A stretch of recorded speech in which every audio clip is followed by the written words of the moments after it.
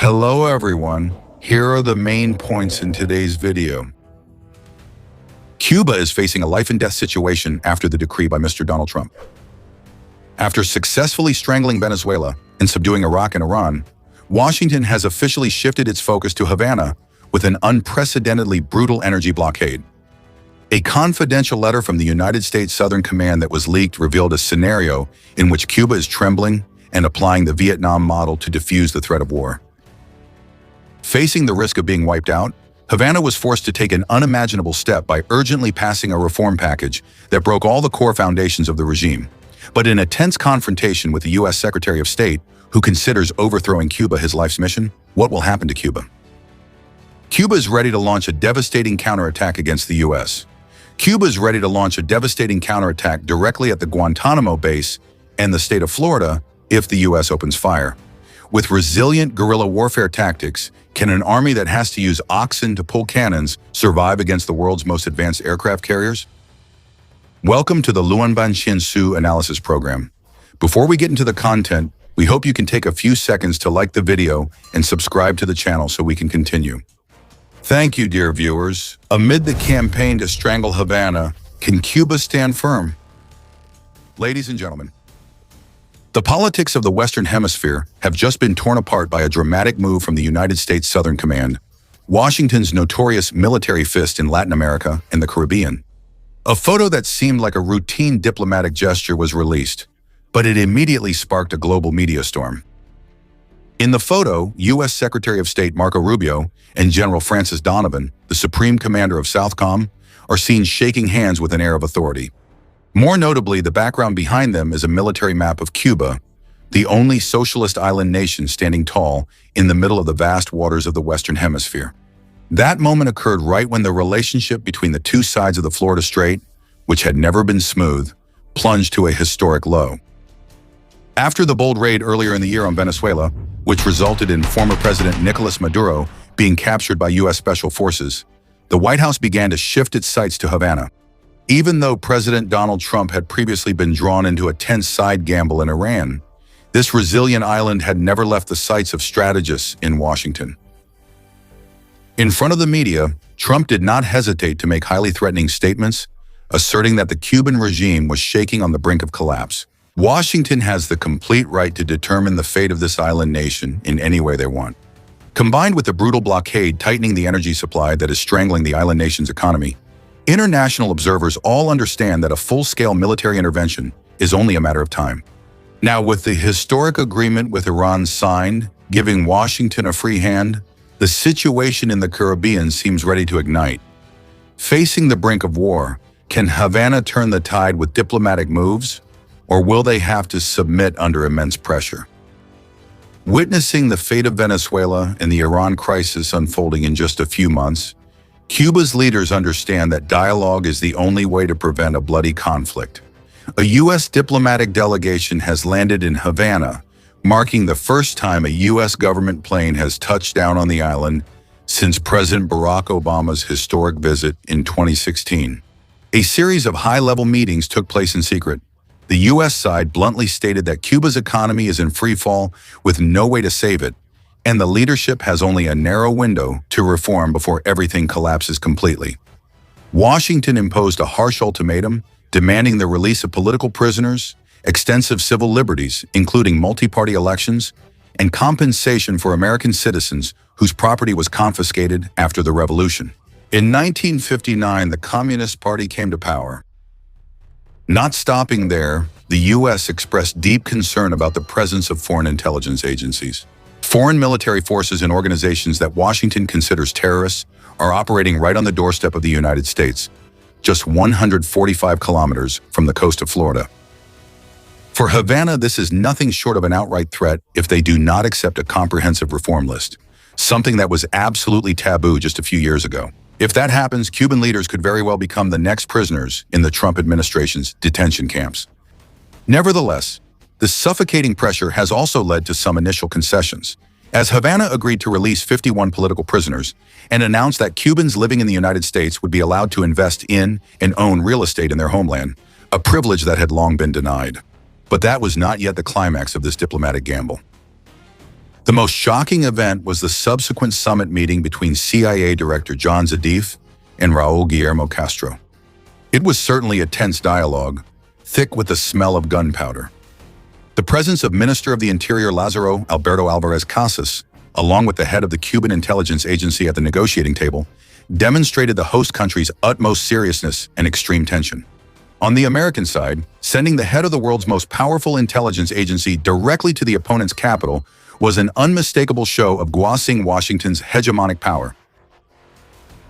But despite the intense efforts at dialogue, Foreign Minister Marco Rubio still viewed this process with skepticism and cold detachment.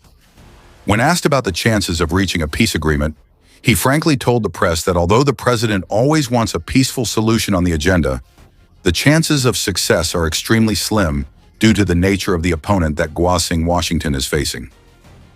Rubio's pessimism does not only stem from strategic calculations, but it also runs in his veins. As the son of Cuban immigrants to Florida, Rubio grew up with bitter stories about the regime back home, and he has always considered overthrowing the Havana government to be a personal historical mission in his life. That ambition was forged over the years, from being a senator representing Florida, the state with the strongest Cuban exile community, to rising to the pinnacle of power as the one steering the diplomatic ship of the American superpower. The political power of Secretary of State Marco Rubio and President Donald Trump is firmly backed by the extremely large and radical Cuban-American voter bloc in Florida. A harsh reality is that up to 79% of Cuban Americans in this state strongly support a full-scale military intervention in their island homeland.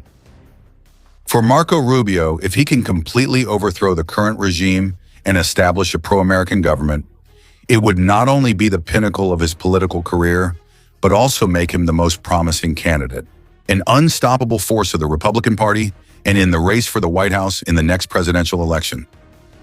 Rubio's skepticism and hawkish attitude also reflect the mindset that permeates Trump's entire power apparatus, where diplomacy must always go hand in hand with a campaign of maximum pressure, squeezing the opponent to the extreme. Washington launched a deadly blow with an executive order imposing a comprehensive oil embargo against Cuba, threatening to impose punitive tariffs on any country that dares to supply the island.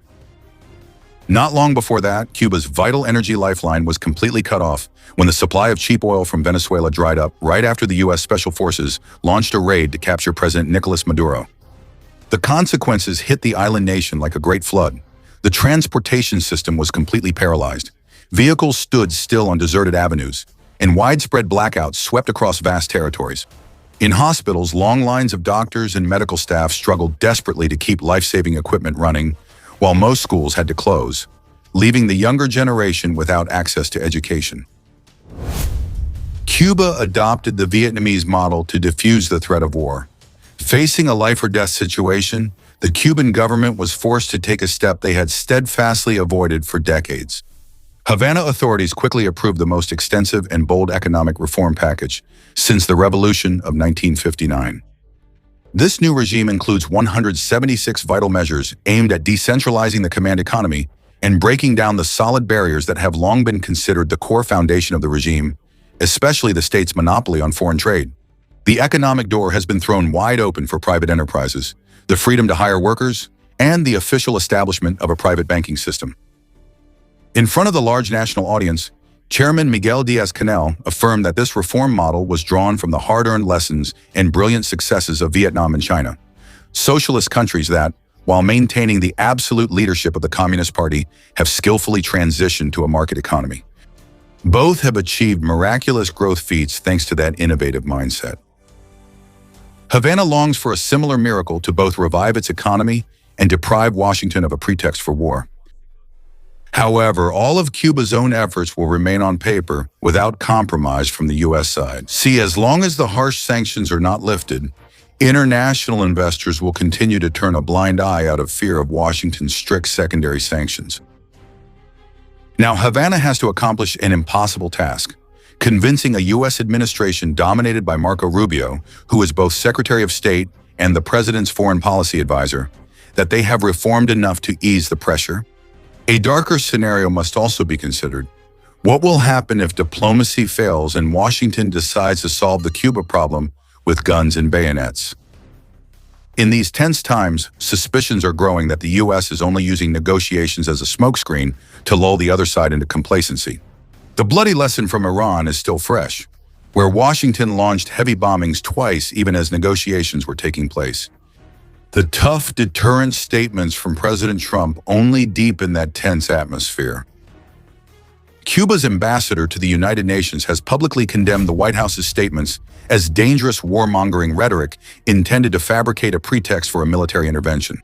Aware of the looming danger, Havana has been urgently preparing the entire population to be ready for a people's war against invasion.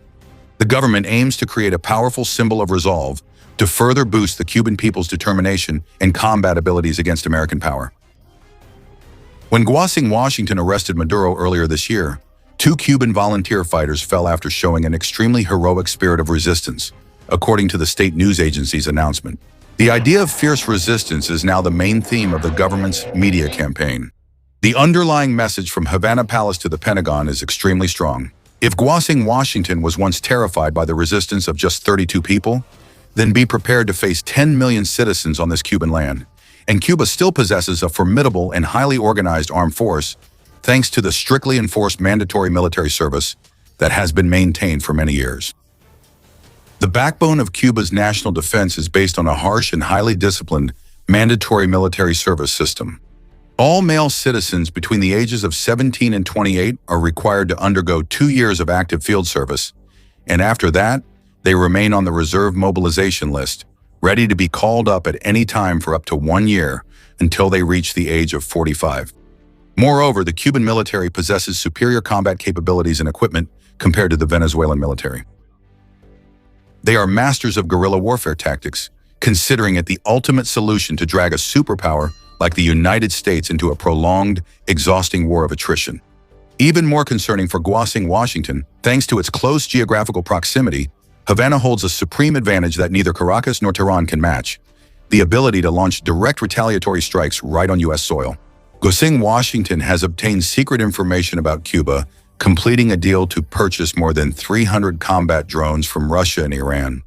The Cuban military's battle plan includes using this drone fleet to bomb the permanent military base at Guantanamo Bay, right on the island, attack U.S. warships patrolling the Caribbean Sea, or even rain fire down on the state of Florida itself, which is only separated from Cuba by a 145-kilometer-wide strait, well within the range of modern drones. U.S. intelligence believes this is not yet a complex attack threat or an immediate action plan, but it clearly reflects the mindset of Havana's military leadership. Drone warfare will be the last resort trump card if the situation spirals out of control. However, when weighing the strategic balance, most military experts bitterly admit that this slight advantage is far too little for the island nation to stand firm against the massive American war machine. C-300 drones are just a drop in the ocean compared to the rain of fire from the 4,400 suicide drones that Iran unleashed before the ceasefire was established in the recent Middle East conflict. The United States may not be like Ukraine, a country that has become a global symbol for the art of intercepting drones in its conflict with Russia, but the U.S. military is learning at a staggering pace. A report from the Washington Institute for Policy Studies pointed out that up to 90% of Iran's drones were shot down by the U.S. defense network. Therefore, a country lacking top-level drone operation experience like Cuba has almost no chance of penetrating the solid air defense shield in Florida. Even if 1 or 2 drones miraculously slipped through by some miracle, that act would only serve as the perfect excuse to trigger a devastating punitive strike from the U.S. A retaliation that an army with outdated equipment like Cuba's could never withstand. Cuba was prepared to launch a brutal retaliatory strike against the U.S. It was the propaganda footage released by the Cuban government itself that inadvertently revealed the grim reality of an arsenal that was outdated by decades. Havana's display of these worn-out weapons was not a show of strength, but rather a message of pride and resilience. They wanted to show the world that if faced with life or death, the Cuban people would hold their heads high, die fighting, and never kneel as slaves to Washington. It evokes the immortal, epic declaration of leader Fidel Castro in the past, when he affirmed that Cuba would rather choose the fate of the ancient city-state Numantia than be subdued. Recalling the event when Roman troops besieged Numantia, the brave people there chose mass suicide rather than open the gates and surrender. It was an extreme and tragic choice, but in today's harsh reality, it's hard to maintain pride when there isn't even enough fuel to run civilian vehicles, let alone start up battle tanks. If the United States opens fire, the Havana regime's collapse is inevitable. Cuba is not like Iran, a vast country with over 90 million people located thousands of miles away and run by fanatical religious leaders. President Donald Trump fully understands his advantage. In front of a crowd of supporters in Florida, he did not hesitate to speak arrogantly, declaring that on his way back from the Iranian battlefield, he only needed to order the super aircraft carrier, the USS Abraham Lincoln, the largest flying fortress in the world, to approach within 100 yards of Cuba's coast, and the opposition would immediately have to surrender.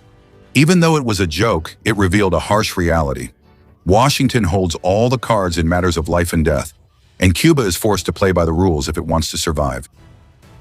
People are often easily drawn into strategic moves, division numbers, and advanced weapon systems, forgetting a core truth. It is the blood, sweat, and tears of ordinary civilians that pay the price for every move on the superpower's chessboard. For the Cuban people, the recently announced economic reform package is the only lifeline after many decades, allowing them to dream of a better life. But for that miracle to happen, Washington needs to give them time, and Havana itself must truly change instead of turning it into a stalling tactic to prolong the regime's lifespan. That might be too much to ask in the current context, but it is the only chance for this island nation to avoid facing the barrel of a gun in America's third military campaign. So in your opinion, can Cuba save itself in time before Washington decides to trigger military action?